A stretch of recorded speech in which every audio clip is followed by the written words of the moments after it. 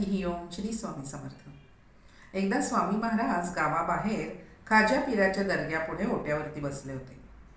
मुंबईतले एक वकील द्वारकानाथ दर्शनासाठी म्हणून आले तिथे. त्यांनी स्वामींपुढे कापराच्या वड्यांच्या वड्या लावल्या. तसं स्वामी महाराज उठले आणि रागाने म्हणाले, बेटा मांगने को आया है, हमारे हनुमान अंधेरे में बैठे हैं, उनके तरफ नहीं देखता.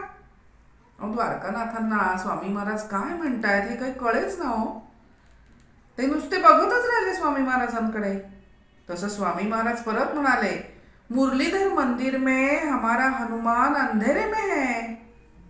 आता मात्र यांची पूर्ती वाट लागली हो, काहीच समजेना. इतक्यात भुजंगा मदतीला आला. भुजंगानं द्वारकानाथांना सांगितलं, हे पहा, तुम्ही मुरलीधर मंदिरामध्ये जाऊन स्वामी सुतांपुढे दिवे लावा, म्हणजे मग स्वामी महाराज तुमच्यावरती कृपा करतील. तसं वकील महाशय गेले बरं मुरलीधर मंदिरामध्ये. त्यांनी दिवे लावले, मोठी आरास केली मंदिरामध्ये आणि मग परत स्वामींकडे आले. तेव्हा स्वामींनी त्यांना चणे आणायला सांगितलं. वकिलांनी चणे आणले आणि स्वामींपुढे ठेवले.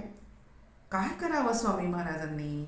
ते चणे हातामध्ये घेतले आणि तासभर स्वामी महाराज त्या चण्यांशी खेळत राहिले फक्त.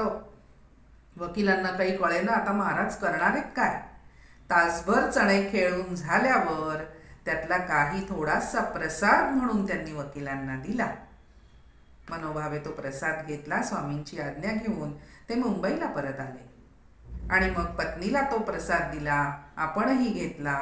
उभयतांनी तो प्रसाद मनोभावे ग्रहण केला आणि खरोखरीच श्रद्धेनी, स्वामी कृपेनी कालांतराने त्यांना मुलगा झाला.